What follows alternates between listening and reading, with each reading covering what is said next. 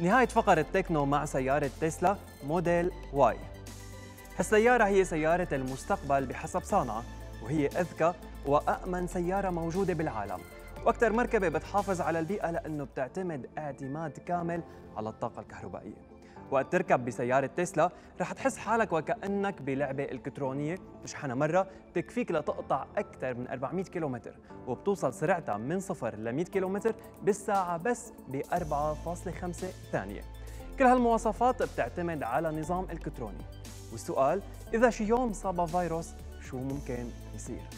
مواقع التواصل الاجتماعي ضجت بفيديو لسيارة تسلا مصابة بنوبة جنون. تعالوا نشوف الفيديو سوا.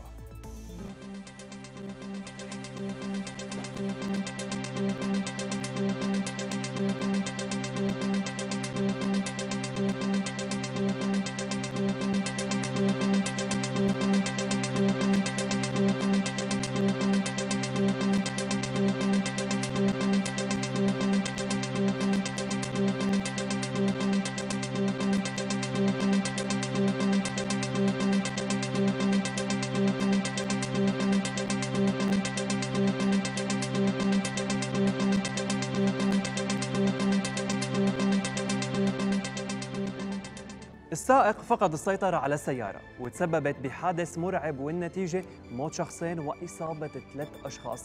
وبحسب إحدى أقارب السائق قالوا إنه كان في مشكلة بدواسة الوقوف. سؤالي لكم، شو رأيكم بالسيارة الكهربائية؟